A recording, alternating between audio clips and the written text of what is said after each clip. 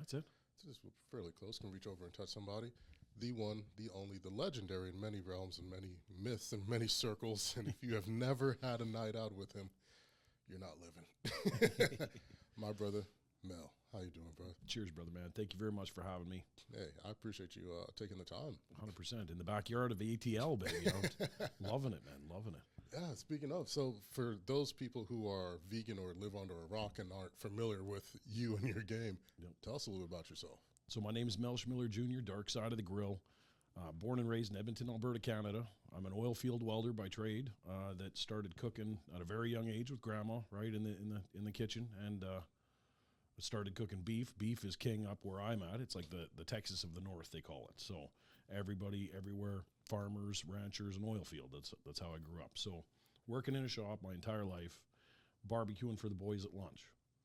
Okay. Right and then with the gift of Instagram, catering for safety meetings and stuff like that, someone picked me up, started posting my stuff on the internet.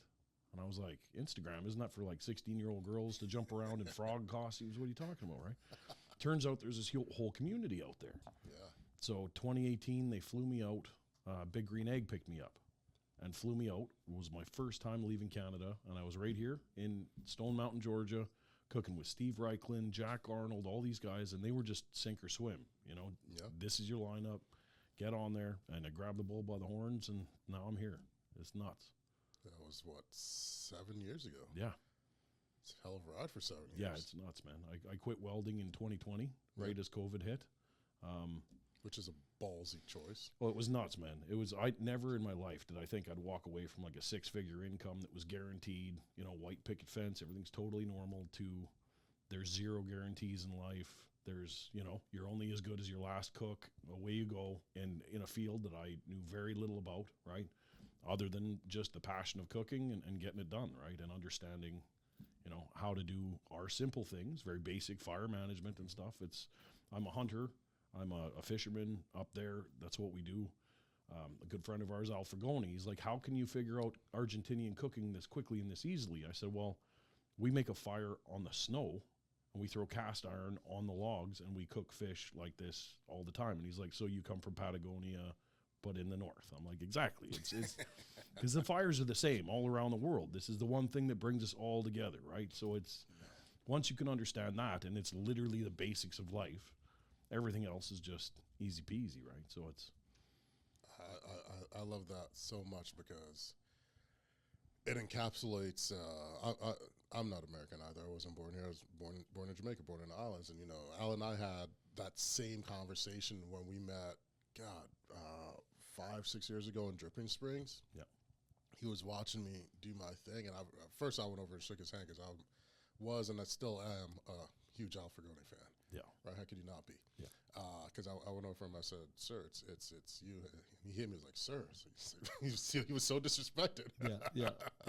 And I was like, "Sir, I just want you to know it's Malman, Hastings, and you." He's like, "Ah, nah." I was like, "No, that's why I came over here. I want to introduce myself, and we've been great ever since." And he was asking, like, because he calls everything. He's like, "How do you know Argentinian cooking?" It's like, I was born in Jamaica. We make this. This is, they call it barbecue here. Yeah. This is just Tuesday dinner. Yeah. This is how we had kerosene lamps and cast iron. This is just how we cook. It's on the ground. It's in the ground. It's suspended in some way. Yep. This is just what I know how to do. Yep. And you said it amazingly. It's the same fire all around the world. Yep. We just treat it a little bit differently. Exactly. If you're in Texas, it's in a giant metal box over a couple hours. If you're apparently up in northern Canada, it's on top of stove and cast iron. If you're in the islands, it's buried in some sand with some seafood. Yep.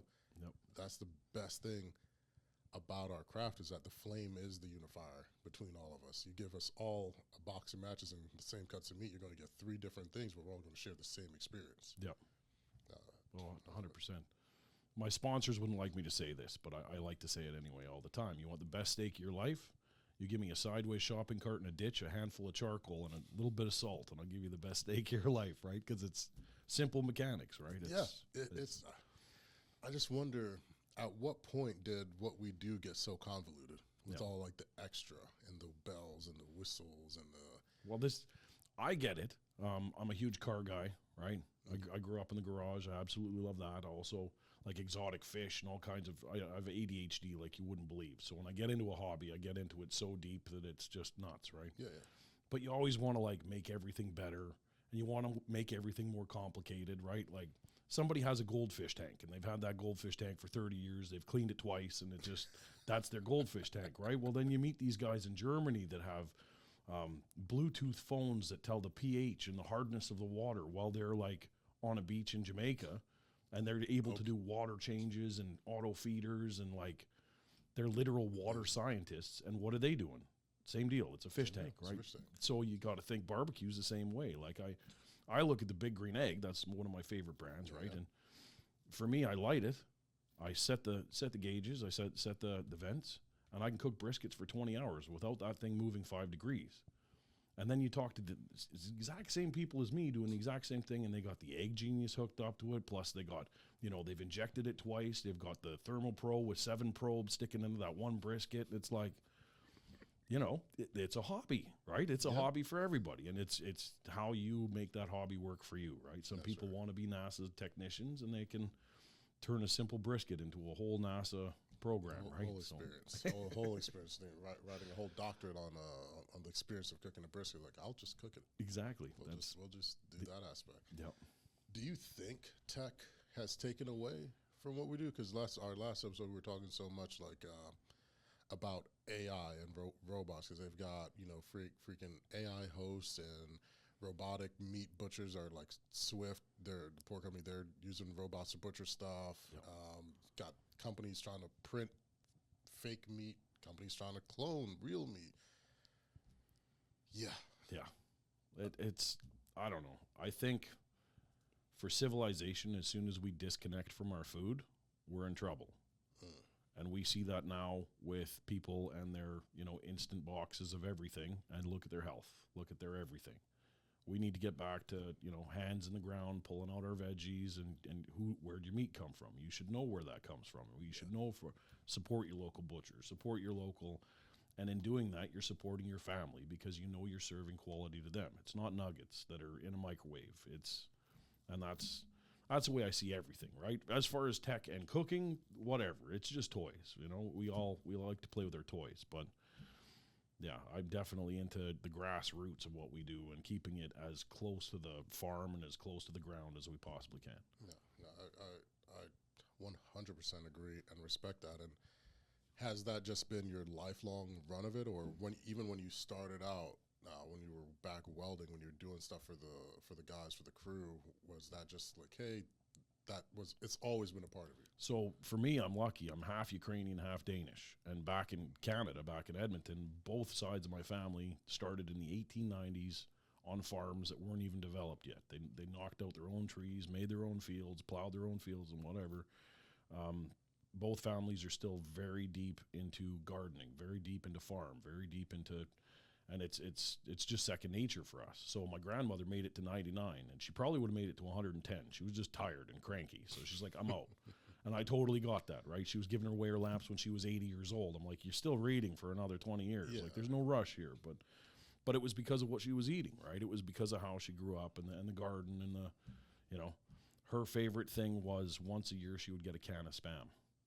And that was her from the Great Depression. You couldn't get it. It was more valuable to them than caviar. So once a year, she'd get a can of Spam and just be like, happy like a tomcat. It was hilarious. It was great. But yeah, I'm a super big fan of it. And I grew up that way. Like, I grew up making pickles. We'd make sauerkraut in a rain barrel. So you'd put the heads of cabbage in there, and you'd use a couple of dinner plates, and you'd put a cinder block on it. And the cinder block would slowly push the cabbage down. You'd know when it was ready. And then you'd jar it up, and you'd throw it in the... And that's how I grew up. So this is all second nature to me. Every step of the way, when you're seeing these new rocket chefs coming out in the Texas, pitmasters, they're nailing these sides, and you're like, dude, I've been doing this forever. The fact that you're doing it now with shiitakes and like shishito peppers and stuff, and you're making like some kind of crazy coleslaw using a system that's been there since the dawn of time, like, it's awesome. It's so neat to see. It's the fundamentals. Right? Like, it's like, oh, we've elevated this. Like, no, you just added to it. The base was already there. You haven't invented anything. Yeah. Right? Because the underlying basis has been done. It's like sauerkraut pickling. Yeah, you ever heard of kimchi? Yeah. Yeah. Yeah. You ever heard of soy sauce? Yeah. You ever heard of any of fermented anything? It's Yeah. been around for centuries. Yeah. And I'm hard pressed to find anyone with a new tech that can beat a good old airtight clay pot. 100%. What are you going to do? Yeah. But I do love seeing some, not necessarily like tech innovation, but I love seeing like the flavors and the way people are shifting things. Like you've got great guys like Kareem El Gamesh, who's from Cairo, Yep. Egypt, Yep. came to America, went to Texas on a business trip. Yep. Got bit with the bug and couldn't shake it if he tried, and Yep. went home. Was like, cool, I'm leaving. Yeah. Yeah. Right, and talking about leaving like a 6-figure job, like I'm leaving. I'm going to go do barbecue that I've never done before in a country that I've never done before. Yeah. See y'all later. I love and it. he's absolutely crushing it right now. Well, we do have to give a bit to technology. This is one thing that I'm not selling by any means, but watching my grandmother make a broth, right, or a beef stock for the jars, and it would take 2 days on a gas stove, or you got your Instapot, 4 hours, and it like literally does the same thing. So I'm into technology, to a certain degree. I like to keep it simple myself because I'm a live fire guy. I'm charcoal, I'm wood, but I can definitely see those nuances, right? You see the guys catering gigantic dinners with pellet cookers, right? Yeah. They're at their friend's house playing a poker game, just checking on their phone, man. Like, and that's, people running stick burners. You don't have that luxury, and you're like, you know what? That is pretty damn cool. So sometimes I get that part. The other part for me is, I think it was how I grew up.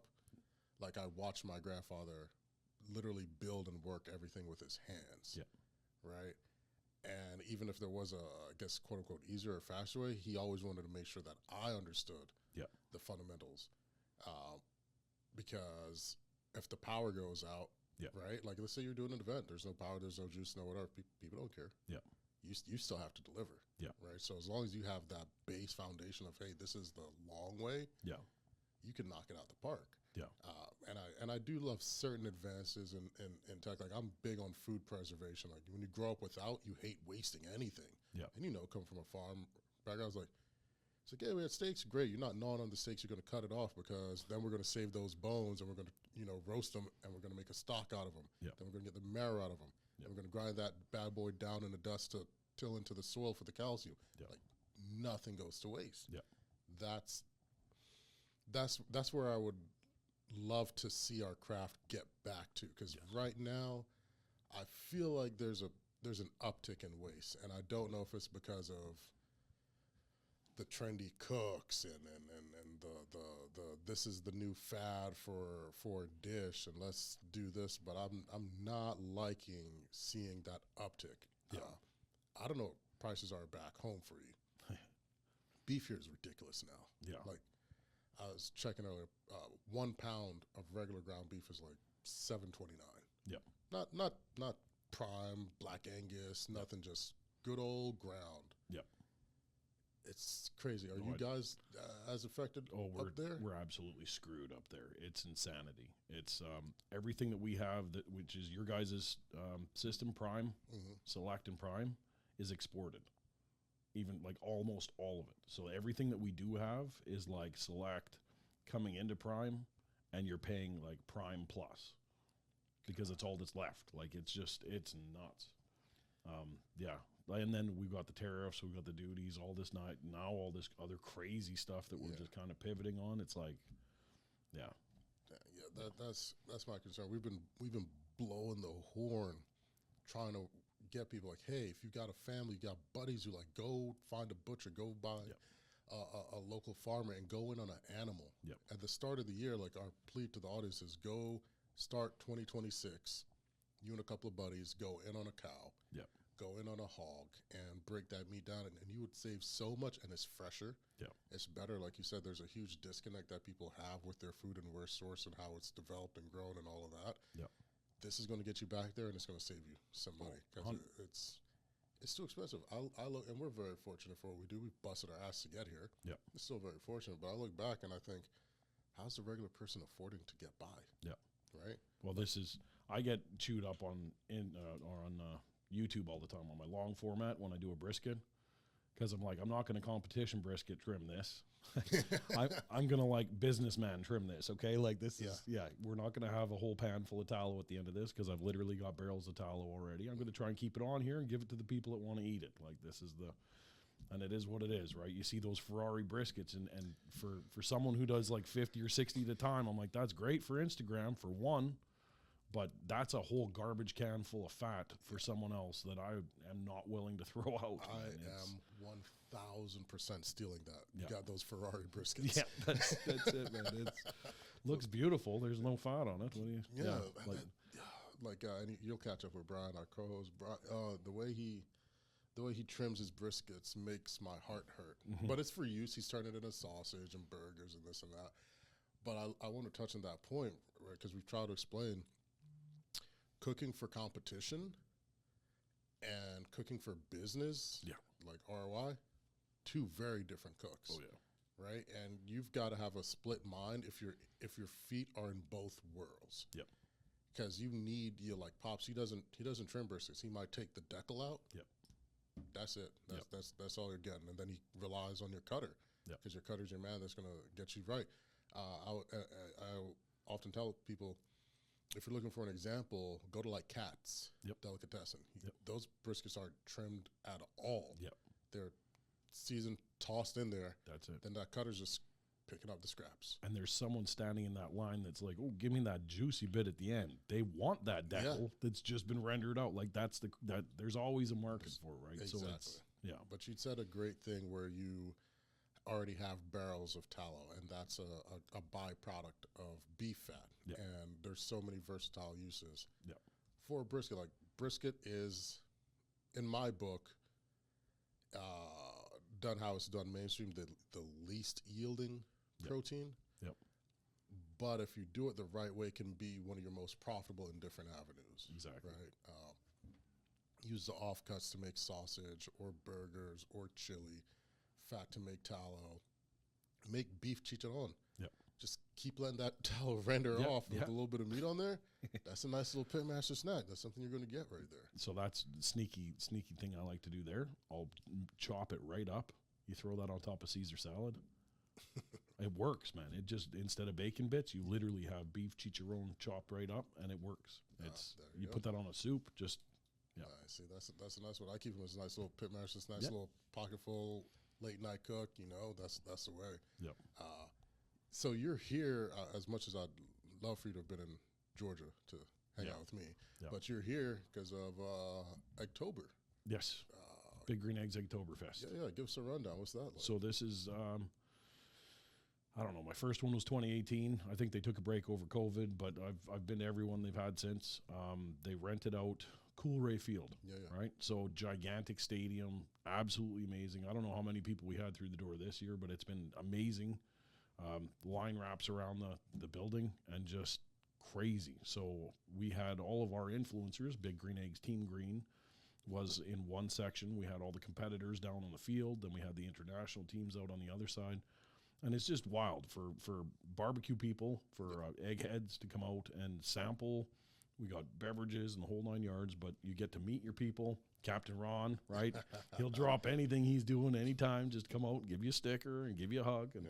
And it's awesome for people to finally see that kind of stuff. And a lot of them have traveled from pretty far just to come down and see you and taste your cooking and see what you're up to. And then we do demos. I was on the stage doing the best steak of your life, right? In under 20 minutes, that kind of thing. So it's easy peasy.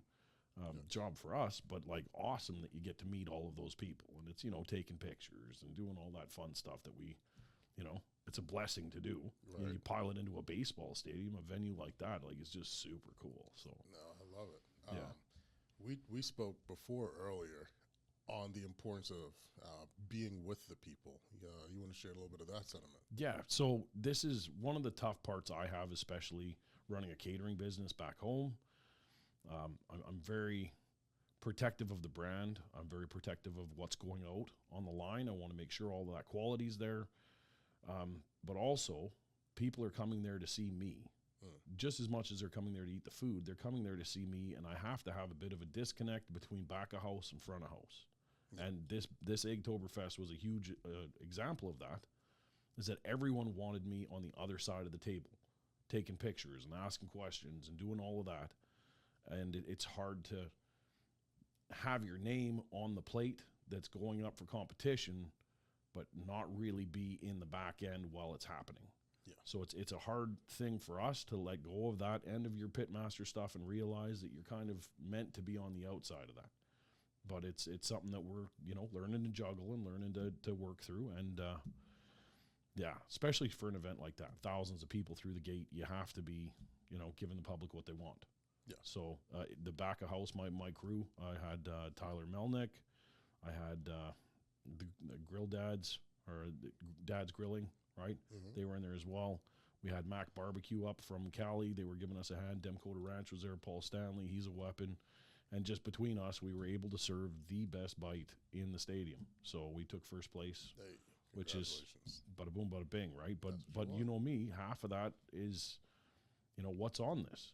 And all of my team, they knew right there, get someone else to start serving down the line a bit further, answer that question. Mm-hmm. Look them in the face, tell them what we did, show them if you have to, turn around, pop the egg open, show all those gnarly bones sticking out, that's how did we get here? Make sure you're value added. This is my best thing in this brand, Darkside of the Grill, in this hobby, with what we do as pitmasters, always be value added. Yeah. Right? If you're tired, and people do get tired, take a couple minutes, get out of this eyesight of other people, right? Go sit in the cooler for a minute. Go sit in the reefer truck. Collect your shit and get back on the line, because that's where people need you. Right? You need to have that positive face, that grateful face. You have to have that positive outfit, because they'll feel you. They'll feel your vibe. And that's why you're on the poster. That's why you're on the billboard. Get back out there. Get doing your thing. No, I love that. You're absolutely right. Because I don't think people understand that the cooking is only 50%. Exactly. That's in most respects, that's almost the easiest part in a sense. The back half of that is the impression, yep. that feeling. Did you make that moment memorable, or did that just turn into just another basic transaction? Like, was there anything different between them meeting you or going through like McDonald's getting a number one or something? Yep. What's the difference? Yep. You've got to make sure. And if you do your job right, they may not even remember what you served, but they'll remember how they felt in that moment and interaction with you. Yep. And you do this. We've been smoking sticks and running around a couple of years now. You do this everywhere I see. Yep. Whether it's Memphis in May, whether it's Honda, whether it's anywhere. Yep. Because I think sometimes some people in our field, and we know a couple who have forgotten, like, hey, it's the people yep. that have made you a name. Yep. Right? Your skills got their attention. Yep. But it's the people who kept it going and exactly. going and going. And we've seen far too many falling off the wayside or yep. get bigger than. Yes. Well, and that's, yeah. That's, I'm sure it's like that with every industry, but I have a few giants that I was dying to meet and dying to cook with. And some of them have far surpassed my wants of who they would be, like Tuffy Stone. Spent a week with him in Brazil, and just an absolute weapon. And just like he can't even help but open his mouth and teach you something while he's sipping on something and just chill. Like it. He's called the professor for a reason. Exactly. Like, blessed to have any minute with him ever. Like, it's so much fun. But then there's other ones where I expected something like this, and you get someone that's sitting on a Yeti in the back, behind the closed doors, behind everybody, and you're getting smashed, and they're not getting up. Yeah. And it's like, okay, you're on the poster, but like, what are you doing? Crazy. And that's, you know what I mean? Yeah. And for us especially, we run kitchens. We know what it's like when you're in the shit, like all hands on deck. Stand up, do something. Yeah. I don't care. So anything. So that's registered, and that's unforgettable, right? Yeah. Sadly, I've had those where cats I've accepted gigs just because they were on it. So I wanted to meet them, and you do, and like, oh man. Yeah. Like, God, I hope no one else knows you're like this. Yeah. Type of thing. Well, that's God. That's a hard lesson for me. Yeah. A lot of my friends are influencers, right? And, events like the Texas Open Fire, you can sort them out pretty quick. Because if you're not willing to do the dishes, if you're not willing to pick up the garbage, at the end of the day, if you're not willing to carry some bodies out there, some animals, get the axe out. Yeah, you're the last one in, first one out type of thing. Buddy, that's like, not. People notice and they get registered, and that's, yeah. I try to warn those who are getting in. I'm like, you may not see it, but someone's watching. Yeah. And the thing is, you don't even know the connections or the reach that the person who's watching has. Yep. I've done and been part of events where the organizer said something grateful and this, and then the next year certain people aren't back. I'm like, what happened? Like, oh, we saw what they were doing. Yeah. Or what they weren't. And that's not what we want. Yeah. Right? Like I tell people all the time, barbecue doesn't need rock stars. We got music for that. Exactly. Exactly. We're not saving lives. We're not brain surgeons. We're not NASA scientists. We're rubbing two sticks together and, feeding people and giving them a nice, memorable meal. That's it. We don't need rock stars or egos. And, that, when you talk about someone like Tuffy, who has been in this game, Tuffy's been in color, if I'm not mistaken now, 37 years. Yep. His catering business has been around for 37 years. Yep. And I remember talking with him, like, how do you get that longevity? Yeah. Because you were a chef. You did all that. Then you said, you know what? Let me get into barbecue. Did barbecue with his old man. God rest his soul. And took off, just like you said, a monster, a weapon in this industry. Yep. On the Mount Rushmores, open doors, has set pace and just let us know. And to make it all that, like I align what we do to the music industry and to sports. Yep. Like LeBron's in 23 seasons. Yep. Type of thing, how do you get that longevity in what we do? There's a reason, and he told me you just adapt faster than anybody. Yeah.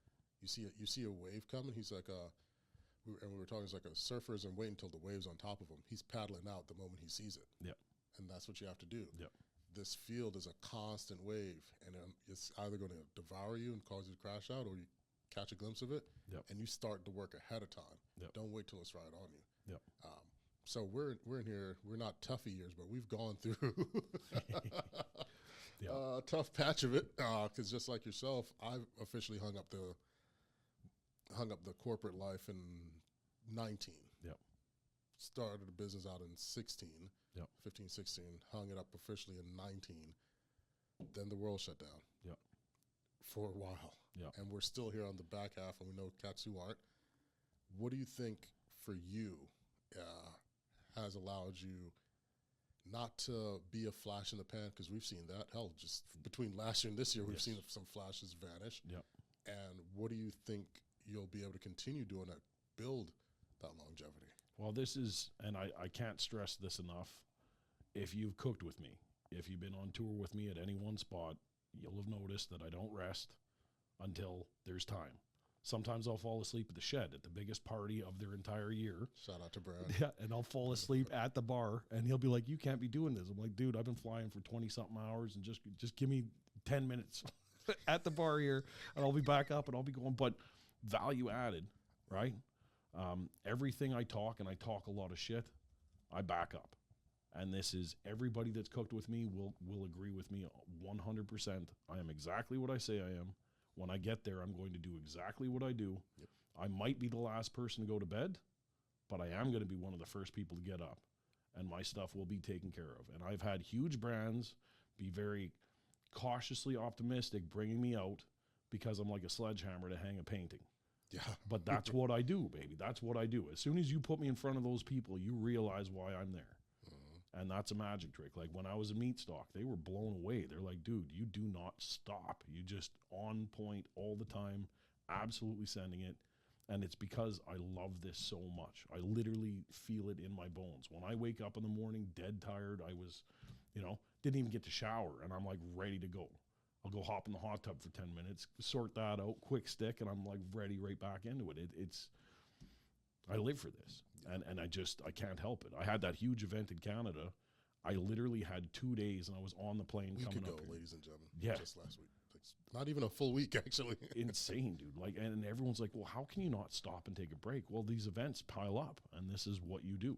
Yeah. And I'm grateful to have those opportunities. You don't want to say, no, those doors will shut, right? And that's the last thing we need, is to have those doors shut. Because once one door shuts, you start to notice they all kind of. Yeah. Because, yeah, you got to strike while the iron's hot. And that's. You're right. And you said it, the same way we all talk, they talk. Yeah. There's cross, I already told you, you get to hang out with one of my favorite people now. She's over with Big Green Egg, which I totally hate that she's yeah. But she's absolutely amazing, and I'm wishing her all the best. But that's part of it. Like, everyone talks, and if you're good in this business, people know. Yeah. If you're bad in this business, they know. Like, if you're not getting called back, it's for a reason. Yeah. And I've said, we, like Memphis last year, not even this past year, the year before, we were all out. Yeah.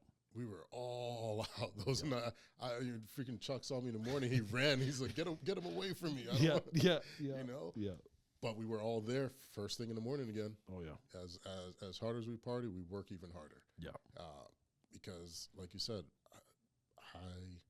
I love this. Yeah. This is a sport to me. Yeah. You got to train for this. I'm not doing this to be forgotten in the margins. Yeah. Somewhere. I'm doing this to showcase and test myself. Well, exactly. That's the best part of it. And year after year, event after event, you can grow, you can build, you can scale. Yeah. But this may not be for everyone. And I'd love to hear your thoughts on this. I'll pour you a little bit more before this one. I'm ready for it. This is my question here. Gracias. De nada, my friend. There we go. My question here, because I said it, and then I got hit with a couple of comments, and I said, social media barbecuer is not the same as a pitmaster. True story. Yeah. What do you believe the differences are? Well, one is showing up, right? Sure. So you got to be there. You got to be positive. You got to be ready to work, right? And we've all seen people show up to get the content, right? Where are they when dish pit happens? Where are they when breakdown happens? Where are they when... And usually these events we have, like, there are people that will sort that stuff out. Yeah. But, yeah, it's definitely a downer if it's your first time working with them and you realize that that's what you get. Yeah. And I've actually had to fight that kind of foreshadowing with brands and catering gigs, stuff that I get booked for, because of my social media presence. Yeah. And they're already thinking, because there's been a few, especially now, that are stuck in the game that are literally killing contracts for us. Yeah. They're taking on massive contracts and not able to finish them, dropping the ball like crazy, and it makes the entire system look bad.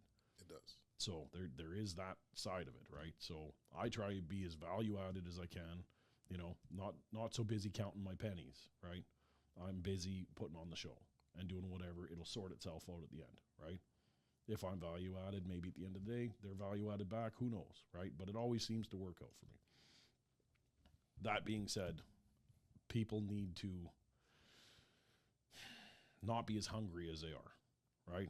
We have so many friends. You look at their Instagram page and it's like Talladega Nights, right? What do you mean you sold your windshield? Like, you can't even see, right? I'm seeing guys pouring coffee in the morning. Thank you very much, Nespresso. Like, and you're like, okay, bud, like, drop it. That's stupid. Like, no one gives it, it's too much, like, it's crazy. It's, yeah. You can't have 272 brands and, like, juggle them. Not give them the same. You can't. And that's one of the things. I've tried to keep my feed fairly clean and go after bigger fish, right? And then that way everybody gets what they need, and I don't look like a brand whore. Excuse my language, but I don't look like a brand whore. Have you heard this podcast? That's the cleanest language we've had. Buddy, that's my number one thing is, you know what I mean? And I tend to point them out when I see them because I'm that guy, right? Yeah. But, if you're going to do that, at least give those companies what they're asking for. Because if you screw them, you're screwing all of us. Yeah. And that's something that no one ever thinks about. But, they are. They literally are. And that's part of it, because they'll look back. They won't say, "Oh, that investment in Mel didn't really work out." No, that's not the word. And they'll say, "Yeah, that barbecue thing, we're just not going to go back into that." And now the rest of us are SOL. Exactly. And I think part of it too is communicating with each other and sharing. Everyone has their sets and everyone has their groups, but there's a couple of us. I'd say, what do you say? I think there's about 24 of us that are all ride or die for one another, no matter what it is, whether it's a store opening or a festival, or whatever. Like, oh yeah, we're just there to support. Like, what do you need? Like, send it. Let's go. Yep. And you can. And I think it's only in this field, because where else is it like, hey, a brand reached out, I can't do it because it conflicts with X. Yeah. Can you do it? Yeah. Like Tone and I, we had this thing with a wine company. Yep. And I was like, turned out there was a conflict on my own with something else. Yep. And he got the gig, and I saw it. I was like, you got it, cleared it? Yeah. I was like, hell yeah. Done. That's great. Yep. Where else is that happening? 100%. Where else is that happening where you're sharing? Yep. Sharing the like, nah, this isn't for me, but my guy over here, he's great. He can take care of it for you. Yep. And vice versa. Yep. Type of thing. I see what you mean with the whole, some of those influencers walk around with basically NASCAR jackets. Yep. This sponsor, this sponsor, this sponsor, this sponsor, this sponsor, this sponsor. This is like, whoa. Yeah. What part is left of you? Yeah. Like, what's your brand? Yeah. Are you anything? Yeah. Are you just out here? Yeah. You've got no original content, no original posts. It's always like, feel like some of these guys' channel look like the late night QVCs. But wait, there's more. And next up, we've got this. And we're shipping you this. And I was like, geez. Yeah. Wait till you see my nuts. No. It's like, that's all you got left, I hope. You know, you sold everything else off. Exactly.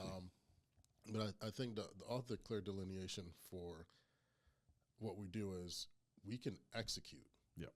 No matter what. Yep. Whether what you promised in your contract was given and it wasn't, and now you're throwing a tissy. Yep. The people don't care. Yep. I had an event a couple of years ago. The worst organized event I've ever had in my life. I mean, by far. Yep. All the way from the start to the end. Like, we were promised the world. We're going to have 3 sets of hands. We got all this gear, this equipment for you. Bro, we got there. At a folding table, a cutting board, and a shovel. Yep. Nothing to cook on. Yep. And it's, 2,500, 3,000 people we have to cook for. Yep. I've got nothing. And luckily we're on a farm. Yep. So I'm out there scouring the land. Like, what's cast iron around here? I take an old plow disc. Yep. Back in the kitchen, scrub that bad boy down, burn it, scrub it, season it, finally got it smooth. And I'm just ripping and running. Got some rod irons that did the same thing. I'm building my own structure. Yep. By the time it's showtime, you'd have thought this was how it's supposed to be. Yep. They never had a clue. Yep. Like, I think professionalism in our line of work is the back of house is on fire, and the customers sitting in front of the house have no idea. Oh, 100%. They're just there. And they had a phenomenal time. Like, I think that's the difference. Like, we can execute. We crush it when everything goes right, and we still deliver when nothing does. That's exactly it. And I've sadly been part of things where I see the TikTokers and the Instagram guys come in, and they're great for 5 to 10 people. Yep. And put a couple zeros behind that deer in headlights, and I don't know what to do. Yep. This isn't for everybody, and I don't knock it. If you are 5 to 10 social media only, stay that way. Yep. It's perfectly fine. No one's thinking any less of you. But do be warned, if you're ready to cross over. Yep. It's a different world. Like, you've really got to be, your name and your razzmatazz, that's not going to do very much here. Yep. But, what do I know? I just smoke bus for a living. We've, I'm not going to say who, but there was a gigantic chef that was in the middle of shooting a TV show, and they could not nail a bunch of live fire cooks happening all at the same time. So me and my little Argentinian friend came there with his kids, right? And when we got there, everything was just gigantic fires. And everything was burning, and nothing was right. We took an hour, and we tore down everything on their entire set. started from scratch, made a couple of small fires, got the embers going. We started hanging the chickens back, whatever we could salvage. They had a whole bunch more in the cold room, so we kind of set everything back up to what they were doing. We had people coming from the company, like, can we airbrush this to get this, you know, closer to the edge of, and we're like, tell you what, give us 20 minutes, you can eat it. Yeah. Like, never mind airbrush, get out of here with that. Like, yeah, let's not waste it. It was insane to see that level of production and that many people on a crew and just standing there blind, like not understanding.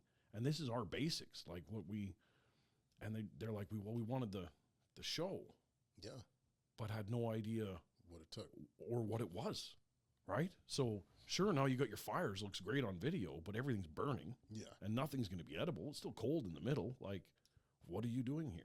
And it was wild because then at the very end of the day, this chef came down and he's like, dude, you guys absolutely saved our butts. And like, this was awesome. Love to have you out again. And we were all just like, we had no idea that someone of that level and that caliber could just be like, it was crazy. It was crazy. I say it all the time. Anyone can cook a Michelin star meal in a Michelin star kitchen. Mm-hmm. All your knobs, your doohickeys, take it outside. Yeah, 100%.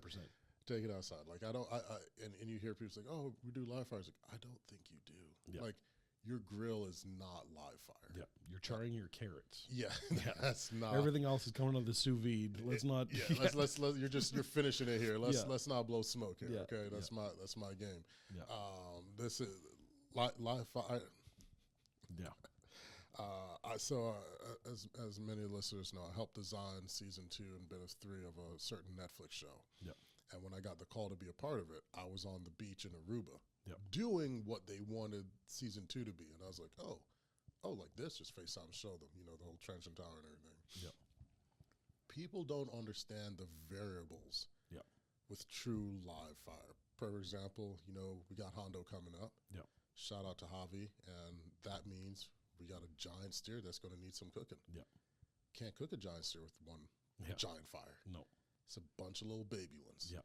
Tending to all night that you're feeding. And then it's above ground. So what happens? A little breeze comes through. Yep. You better be ready. Yep. Gets the temperature drops. You better be ready. That fat starts surrendering. The flare start. You better be ready. There's so many nuanced things that there's no dial for. Yep. Your dial is either your hands or the shovel that you're using. Yep. And that's part of it. I feel like we look at the landscape when live fire is happening. So like when Neo finally breaks the code in the Matrix and it all lines up, like I know you guys got there and you're like, whoa, this needs to stop. This is too much. Move this. And it's like, we don't understand what you mean. Just get out of the way. Well, this is the funny part now is like us as we've progressed. And now you see someone who's kind of new to the game, but they're already selling tickets to their own events and whatever. And you're looking at all the stuff that they have hung and you're like, oh, that's cooking. Like you can see it clear as day. You're like, none of that's cooking, and that's already burning. And like, you know, like it's like, stop hanging the cabbages and pineapples, ladies and gentlemen. For now, focus on getting your meat right. That's it. Get that right first, then add the fluff, because all that stuff you can drop down. Yeah, and or at the very least, skin the pineapples so that you can cook them later. Like, do something, right? How many times I've seen fully dressed pineapple? I'm like, are you steaming the damn thing? What are we doing? Yeah. In my defense, at the end of the day, I'm going to take a slice and throw it in my bourbon for sure. Yeah. That's at the very least, I'm going to use something off of it. But that's like, you're just wasting all that vegetables. Bell peppers, what are we doing? What are we doing? A string of this? None of this is getting any heat. That's it. Shout out to Alfregoni and the best cauliflower in the industry. Good for you, little buddy. That's it. Oh, man. Yeah, it's definitely one of them things. But no, and you touched on something that I want to get people to understand more of. You said you protect the brand, you've built it, and Darkside, that's your brand. What's the inception for those who aren't aware? So Darkside of the Grill, it was actually kind of a joke when I thought about it, but this was before Instagram had taken off or done anything, right? And Darkside of the Moon, my favorite album, the Chicago Bulls. I was born in a starter jacket up there, right? So that was my thing, right? And it just, Star Wars. It's been part of me for forever. So I was able to mix all three of those things into a logo and a brand, and it just took off. Like it just fit. And, you know, every single time I talk to someone now in some kind of corporate, they're like, dude, that's super clever. Like you're going to have huge problems with Disney. I'm like, it's trademarked. Yeah. The first thing I did is I went out and trademarked, and I learned that from Diva Q, who is a very cranky little bear, but she does come up with some stuff every once in a while that's absolute solid gold, right? So, yeah, she's like, trademark everything right out of the gate. She's like, if you're nobody but you think you're going to be somebody, do that. Trademark it. Do it. And that's, yeah, so. When I got dubbed the gentleman smoker on the bus ride back to the hotel, yep, I trademarked it. 100%. Trademarked it. You have to. That's the number one. Yeah. So somebody's out there listening to us for some unknown reason, and they want to get into this game for another unknown reason. Maybe they're drinking too much. Mm-hmm. What are 2 branding building tips you'd give them? One, you have to own it. Keep in mind, if that's you, if you're willing to commit to that, that has to be you forever, right? I've got Darkside here. It's everywhere you look, and it's now part of my life. You know what I mean? Like, you have to own your brand, and it has to become you, because people need to know. For myself, hi, I'm Mel Schmiller Jr., Darkside of the Grill. If you say, hey, do you know Mel? Oh, you mean Darkside? Or, hey, do you know Darkside? Oh, you mean Mel?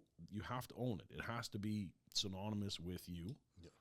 And then you have to have 5 years from now's vision of your brand when you're coming out of the gate with it. You know what I mean? If you're going to be drinking while you're cooking, you're going to be smoking while you're cooking, are you going to be cussing a ton? Are you going to be, what kind of, I like to think of everything like Bond villains, right? Pick your Bond villain 5 years from now, and how are you going to turn into that? And then be loyal and truthful to that arc to get there, right? Yeah. Whatever you see it as. And that way you're not setting yourself up for failure, right? If you think that in 1 year you're going to cook better chicken wings than TFTI and get in there, good luck. Well, TFTI is going to be twice what he is now next year. That's the other part you have to understand, is that this is a business of attrition. Like, we're all like grinding every single day, and the ones that slow down on grinding disappear like that. This year's proven that. Oh, 100%. So you have to be all in, and your brand has to be tied up with that. All right. So if you come up with some kind of cute, quirky, whatever, and that's your brand, if you're changing that a year from now, you've literally set yourself back. Yeah. So think of that 5-year run and make sure you can stick to it. That's my number one thing, is be your brand, and your brand has to be you. Yeah. I love it, because I studied not necessarily brand failures, but I've studied where the face has lost the brand. Yeah. Colonel Sanders losing his brand. Famous Amos losing his brand. Like, could you imagine creating something and you don't even own it? Yeah. Even though your name is on it. And then on the other side, I study the imaginary brands, the formation of things that never existed. Aunt Jemima. Yeah. Never realized this was based off of something, but never existed. Uncle Ben. No, it wasn't even uncle. Yeah. Just a waiter. You know? Yeah. So you take those bits and pieces and then you form it in. Because I think more than anything, our brand is really what these other big brands are looking for. And I try to be mindful that brand that you're trying to pitch at one point was where you were. Yep. Big Green Egg isn't 300 years old. Yep. It's like a couple decades. Yeah, 1974. Yeah. It's not, hasn't been around forever. Yeah. You know, all these other brands, wherever all these Goliaths, they started here. And we're seeing some of these guys head that way. Yep. Shout out to Matt Pittman, you know? Yep. Started on the circuit. Yep. Now, Meat Church, that's a monster. Yep. Right? That's a huge vertical form. It's on everything. It's all, where was I? We were in London too. Yep. Meat Church hats, Meat Church shirts, everything. It's just there. Yep. It's taken off. So you've got to be almost delusional enough to genuinely believe that you can grow past what the people you've been looking at. 100%. And that's perfectly okay. Well, this is my thing with this whole barbecue thing. Like you said, that we've got no room for rock stars. It's just, it is what you make it, right? I remember seeing memes that were like, Will Smith, believe in anything and you can do anything. And you'd be like, yeah, right. I was a welder back then, and, you know, a bit more negative and a very closed-minded and whatever. And you'd see all of these, you know, Joe Pesci saying, like, just do more consecutively and you will become whatever you want that to be. Yeah. And I thought, like, bullshit. And then after I jumped off the cliff, and that's what it took, was me jumping off the cliff. The first morning, I was like, for the rest of my life, I'm going to do more every day than I did the day before. Whether that be writing notes for the next day when I execute them, the plan is still there. Every single day, I do something more than I did the day before. Yeah. And it's constantly like that. And now I realize, sitting with the people I sit with in these private dinners on the way to somewhere, I'm in the jungle in Brazil and I'm meeting, you know, like, I'm not even getting into that kind of stuff, but they were all right. Yeah. And it literally is, there is no ceiling to this. Like, you and I can attest that there's the size of the plate that we're eating off of, there is room for everybody that has the heart to sit at our table. Mm-hmm. And that's the key, is that you have to earn your keep, earn your seat, but then there's room for all of us. Yeah. There's never a reason to step over a brother. No. Never a reason. And that's one of the things, when you see people do it, that's on them, because there's room for all of us to eat. Yeah. There was a better way. Oh, 100%. Like, just brands alone, there's brands that haven't even thought about barbecue yet. That's on us to go and get them. It is. Right? It's why everyone's chasing the same six and trying to cut each other's throats over it. There's no room for that in our industry, because we're all friends and we're all picking each other up. And that's how I roll with absolutely everything. So, yeah, I'm passionate about that for sure. No, I get it, because everyone's trying to hit the top lines. So everyone's trying to chase a Kingsford's or Reynolds or B&B or Royal or this or that. I'm like, guys, there's other options, right? And you don't have to badmouth or try to make others look bad to get ahead. You don't have to snake. Man, I tell people all the time. You know, just out of respect for certain things we just won't name. Yeah. You guys know me. That takes a lot for me not to say it on here. But yeah, there's keep your grass low and maintain your garden. Exactly. You know? Keep your grass low and maintain your garden, because it's focus on what you can and build. And build together. Yeah. Right? Despite what the TV may show, this world is more about community than it is competition. Yeah. And that's shown in 1,000,001 different ways. Like I said, we got Hondo next month. Literally a month from today. Yep. And the most influential pitmasters from across the world come there. Yeah. No greater event of impressions that will happen anywhere than that weekend. And we'll be boots up on the table, sipping bourbon with all of them. Yeah. In like the biggest sharing tree you've ever seen in your life. And it's an absolute blessing to be there. Yeah. It's a blessing for me. I was there since day one. I know, I've got you on my shirt. Oh, boy. I'll tell you a little story about that. Al Fragoni, back then he had this tiny little warehouse, right? And he had like a social club out of there. And we were doing this kind of thing, but there was no people. One of his friends, his wife, had a band, and she lost her venue for the day. So she's like, oh, shucks, I got like a couple hundred people. I have to email, let them know the thing's closed or whatever. And I was like, we got enough room in here. Could you set up the band in here? And she's like, well, it's a bit like tight, but we could probably do it. And then I was like, why don't you get your people to bring meat, because we don't have enough to cook. And if all these people are coming, we can feed them. Just BYOM, right? Yeah. Bring your own meat. And Al hated it. He was like, what did you do? You invited who? What's going on? And he was like, no. At the end of that. That's a great Al person. Oh, dude. At the end of that, he's like, everyone was happy. We got to meet everybody. Now everyone in Bernie was talking about it, and they played music till like the sun came up. It was like, we should do this again sometime, right? And I'm like, of course we should do this. And that was like that. And you ask him, he'll tell you that was day one. He was like, this is going to get out of hand. And I'm like, dude, I live out of hand. Just we'll put this together. Let's see what happens. And now look at it, man. It's like the biggest event in the world of barbecue-ish. Everyone's loving it. Yeah. And that's the big thing is like all of our big fish, they all talk about coming. Yeah. So like, how can you argue that, man? So if you're not coming there, I don't know what to tell you. Yeah. And here's the thing too. Because this is a part that gets me, right? Make sure you understand why you're coming. Yeah. Like if you're not in the clique, if you're not in the circle, or not in the group chat, make sure you understand why you're coming. Because don't come under the, and I should say this, be truthful with why you're coming. Exactly. Yeah. If you're not in that set yet and are you coming to support or are you coming to be seen? Yeah. Because the two are very, very different. Yeah. Like if you're coming to support, we're really trying to put the work in, right on. Yeah. If you're coming to be seen, buy a ticket. Yeah. There's a difference. Yeah. Because it's not the same. Yeah. On either side at all. Yeah. And you don't. This is the one venue because it's basically put on by us. Yeah. This is the one event that you don't want to come under the wrong pretenses. Oh, 100%. Because you will get called out. Yeah. And you will likely get your feelings hurt. Yeah.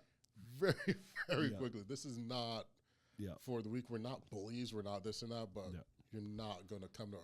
Yeah, there's no talking shit in the shit circle. No. Yeah, that's it.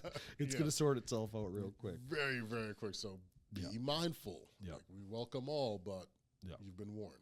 Type of thing. It's pretty sweet. That event I just did last weekend, Al Fragoni was up there, big Javi. Yeah, love Javi. I had Rob Reinhardt from Prairie Smoke and Spice come out, and he was competing because I had a full-on KCBS barbecue competition attached to it.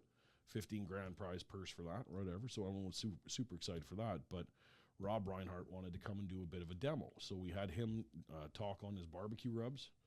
And, co-packers, and this is what goes into them, stuff like that. And he was absolutely blessed to do that. He's standing by the steer, 3 o'clock in the morning, with me and Al, everyone's got a drink in their hand and a cigar. And he's like, I'm willing to cancel the Royal and my competition team there to come to Hondo.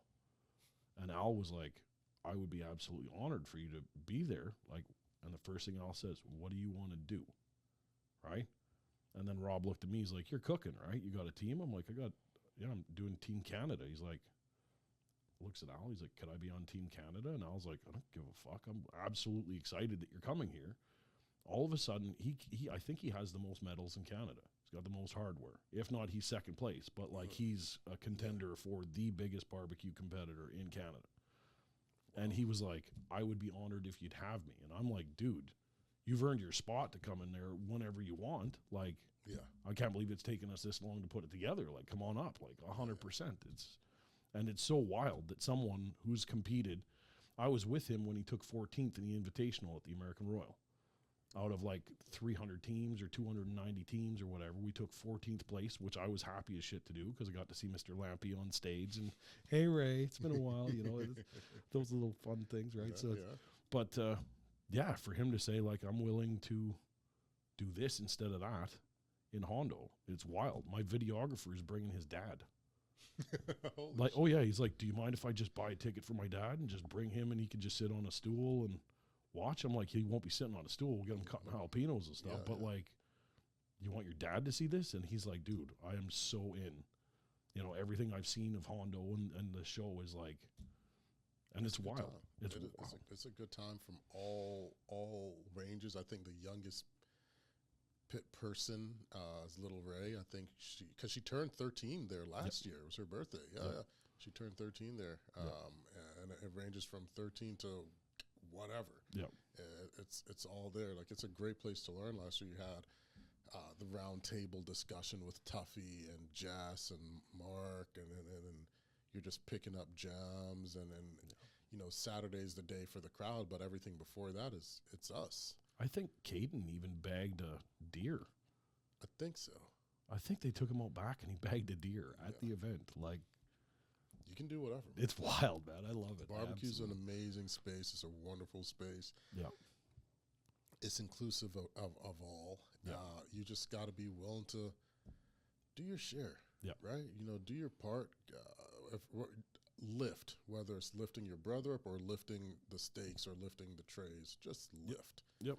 Do something, man. That's it. Well, that's my big thing with Hondo especially. Like, be grateful to be there. Show that you're grateful to be there. And then show the crowd that you're grateful to be there. Yeah. Because the crowd at the end of the day, that's who supports the event. Yeah. The community and the people that are there, the first responders, the whole deal. That was one of our big things when we moved it to Hondo because it's such a small, tight town. Mm-hmm. The people that are out there were like, look, be respectful to be here, right? Mm-hmm. Pick up your garbage. Don't be a dick, right? There's no burnouts in the parking lot. Everybody just, you're in there. And this is a small town in Texas, man. This is. I think the busiest thing is the Walmart of the road and that. Yeah. And be mindful, if you're listening, you're coming, we advise you to come, but there's not a whole lot to do. There's not. You got to make your own fun. That's so it. go and make it with some of the best people. Yeah. That's going to be the way to do it. Yeah. Well, that's, you know how it is. For me, I got a fire, right? I got a cold storage full of animals. Like, I'm busy. I'm busy, baby. I'm fantastic just sitting there. But hell yeah, man. Brother, before we wrap up, what do you want the people to know? Where can they find you? What are you getting into that you want to promote, push out there? We got a lot of listeners, a lot of ears. Lay it on. Melch Miller Jr., Dark Side of the Grill. You can find me on Instagram, Facebook, YouTube, whatever. Dark Side of the Grill. If you're coming up to Canada, Edmonton, Alberta, Smoke in the Valley is going to be happening spring and fall, probably for the rest of forever now. It was such a great hit that we're going to be doing that again, so keep an eye on that. A twofer. Nice. Twofer, yeah, spring and fall. That's our goal for. So other than that, you see me on the street, come say hi. Don't ask me about briskets. At least not at Christmas time. Don't send me messages about briskets at Christmas time. I hate that. But yeah, if you hit me up on any of those feeds, it's me that answers. You know, to this day, it's still always just going to be me. So if you got any questions, anything, hit me up. And 10 SKUs of rubs. Don't be shy. Get out there and buy some Great rubs. stuff. Yeah. That's it. And if you see me somewhere, bring a cigar.